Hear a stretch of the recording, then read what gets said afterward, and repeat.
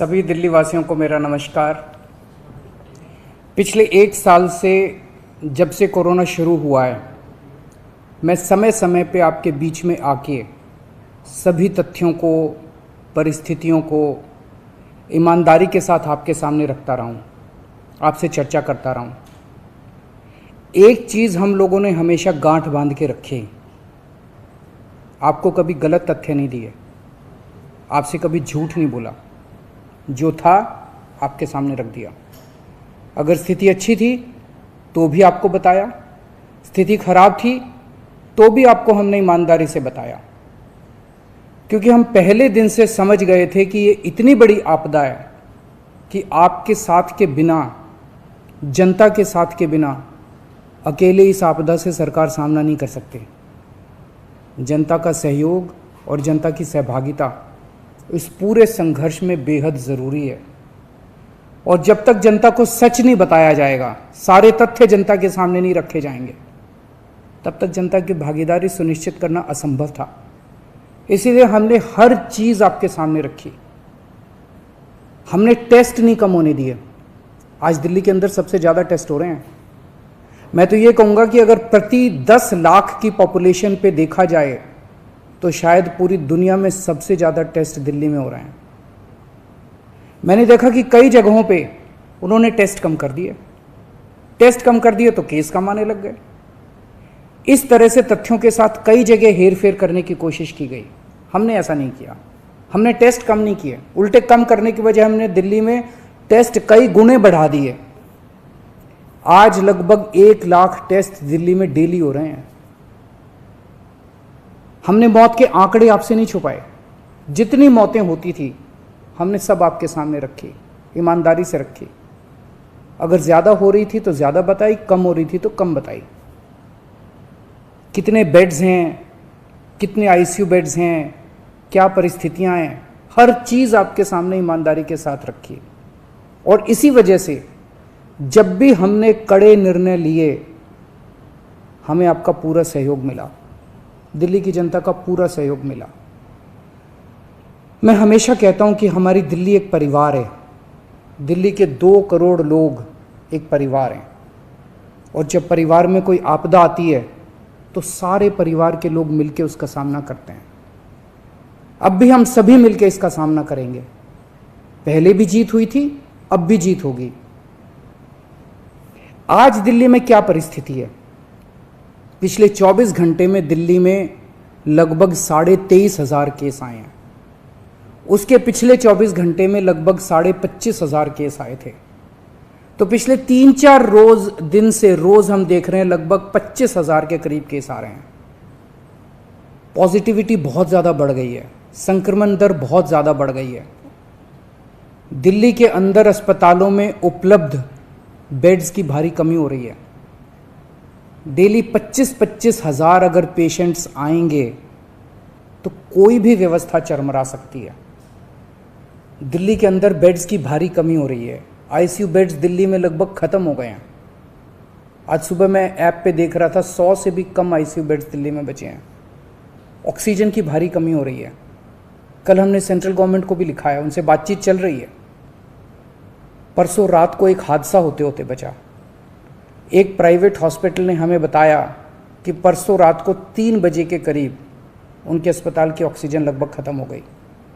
वो बोले जी हम तो बहुत बुरी तरह से डर गए, बहुत बड़ा हादसा हो सकता था। इधर उधर हाथ पैर मार के किसी तरह से उन्होंने कहीं से ऑक्सीजन का इंतजाम किया। दवाइयों की कमी हो रही है, रेमडेसिविर दवाई की खासकर काफ़ी कमी हो रही है। ये सारे तथ्य मैंने आपको डराने के लिए नहीं बताए। ये सारी परिस्थिति है और इन परिस्थितियों में हमें अब अगला कदम क्या उठाना है, इस पे चर्चा करने के लिए मैंने आपको ये परिस्थिति बताई है। तो दिल्ली के अंदर कोरोना की परिस्थिति काफ़ी गंभीर है। अभी तक हमने दिल्ली के अंदर हेल्थ सिस्टम को बड़े अच्छे तरीके से मैनेज किया। दिल्ली में 4थी वेव आई है। पहली वेव पिछले साल जून में आई थी जिसमें 4,500 के करीब केस आए थे। दूसरी वेव आई फिर सितंबर में, फिर तीसरी वेव आई जिसमें 8,500 के करीब केस आए थे। दुनिया के कई शहर ऐसे हैं, बड़े बड़े देशों के, विकसित देशों के शहर, जहाँ 6,000 केस आए तो उनका पूरा हेल्थ सिस्टम चरमरा गया, कोलैप्स कर गया। दिल्ली में 8,500 केस आए पिछली बार तीसरी वेव में, तब भी हमारा सिस्टम कोलैप्स नहीं किया, उल्टे हमने और ज़्यादा अपनी तैयारियां शुरू कर दी। आज 25,000 केस आए हैं। अब दिल्ली का हेल्थ सिस्टम अपनी सीमा तक पहुंच गया है। हमारा हेल्थ सिस्टम अब बहुत ज़्यादा तनाव में है। मैं ये नहीं कहूँगा कि हमारा हेल्थ सिस्टम अभी कोलैप्स किया है, लेकिन आज हमारा हेल्थ सिस्टम बहुत ज़्यादा तनाव में है। किसी भी हेल्थ सिस्टम की अपनी सीमाएं होती हैं। अनगिनत पेशेंट्स तो कोई भी सिस्टम नहीं ले सकता ना। किसी भी सिस्टम की अपनी सीमाएं हैं। पिछले 5 साल में आपकी सरकार ने दिल्ली में बहुत बड़े स्तर पे स्वास्थ्य के क्षेत्र में काम किया है। खूब नए हॉस्पिटल खोले हैं, मोहल्ला क्लिनिक, पॉली क्लिनिक बनाए हैं। बहुत बड़े स्तर के ऊपर स्वास्थ्य के क्षेत्र में काम हुआ है। यही कारण है कि आज 25,000 केस के ऊपर भी दिल्ली का सिस्टम चल रहा है। लेकिन अब इसके बाद अगर तुरंत कुछ कठोर कदम नहीं उठाए गए तो ये सिस्टम कोलैप्स कर सकता है। और अगर हेल्थ सिस्टम कोलैप्स कर गया तो मुझे डर है कहीं बहुत बड़ी त्रासदी ना हो जाए। जैसे मैंने बताया कि कल एक अस्पताल में ऑक्सीजन बिल्कुल ख़त्म हो गई थी और बहुत बड़ी त्रासदी होते होते बची। मैंने वीडियोस देखे हैं, तस्वीरें देखी हैं, आपने भी देखी होंगी सोशल मीडिया पे। दुनिया के कई शहर ऐसे हैं जहां कॉरिडोर में पेशेंट्स पड़े हुए हैं, सड़कों के ऊपर लोग दम तोड़ रहे हैं। अभी तक हमने दिल्ली को उस किस्म की त्रासदी से बचाया है, वैसा नहीं होने दिया। आज सुबह 11 बजे मेरी और एलजी साहब की मीटिंग हुई और इन सारे पहलुओं के ऊपर, सारी परिस्थिति के ऊपर काफ़ी विस्तार से बातचीत हुई। और उस बातचीत के बाद हमें ये लगा कि दिल्ली का हेल्थ सिस्टम बड़ी मात्रा में और अधिक पेशेंट्स अब लेने में असमर्थ है। अगर हमने अभी लॉकडाउन नहीं लगाया तो कहीं ऐसा ना हो कि बड़ी त्रासदी हो जाए। हम किसी भी हालत में दिल्ली को उस परिस्थिति में नहीं ले जाना चाहते जहां कॉरिडोर के अंदर पेशेंट्स पड़े हैं, सड़कों पे लोग दम तोड़ रहे हैं। आज सभी परिस्थितियों का जायजा लेने के बाद आपकी सरकार को ये लगता है कि दिल्ली में कुछ दिन के लिए लॉकडाउन लगाना ज़रूरी है, तो आज रात को 10 बजे से अगले सोमवार को सुबह 5 बजे तक 6 दिन के लिए दिल्ली में लॉकडाउन लगाया जा रहा है। इस दौरान जाहिर है कि जो एसेंशियल सर्विसेज हैं वो जारी रहेंगी, खाने पीने की, मेडिकल व्यवस्थाओं की वो जारी रहेंगी। ये शादियों का सीज़न है, लोगों के बड़े मुश्किल से रिश्ते बनते हैं, हम उनके रिश्ते तोड़ना नहीं चाहते, तो लोगों की शादियां संपन्न हों, लेकिन केवल 50 लोगों के गैदरिंग के साथ संपन्न हो। उसके लिए अलग से पास दिए जाएंगे। इसके बारे में अभी थोड़ी देर में डिटेल्ड ऑर्डर जारी हो जाएगा कि कौन कौन सी चीज़ें जारी रहेंगी और कौन सी चीज़ों पर पाबंदी रहेगी। मैंने और एलजी साहब के हम दोनों ने निर्णय तब लिया है जब हमारे पास कोई उपाय नहीं बचा था। हमारे लिए निर्णय लेना आसान नहीं था, क्योंकि मैं समझ सकता हूं कि लॉकडाउन के दौरान किस तरह से लोगों के रोज़गार ख़त्म हो जाते हैं, लोगों की कमाई ख़त्म हो जाती है, और ख़ासकर सबसे गरीब तबके के लिए तो ये बेहद मुश्किल होता है। जो दिहाड़ी करके रोज़ कमाते हैं उनके लिए तो बेहद मुश्किल हो जाता है। पिछली बार जब देश में लॉकडाउन लगा था, हमने देखा कि किस तरह बड़ी संख्या में प्रवासी मजदूर अपने गांव जाने लगे थे। उनसे मैं ख़ास तौर से हाथ जोड़ के अपील करना चाहता हूँ, ये छोटा सा लॉकडाउन है, 6 दिन का, दिल्ली छोड़ के मत जाइएगा। आपके आने जाने में इतना समय खराब हो जाएगा, इतना पैसा खराब हो जाएगा, इतनी ऊर्जा खराब होती है। दिल्ली में रहिए। मुझे उम्मीद है कि ये छोटा लॉकडाउन है और छोटा ही रहेगा। मुझे पूरी उम्मीद है कि शायद बढ़ाने की ज़रूरत ना पड़े। आप दिल्ली में रहिए।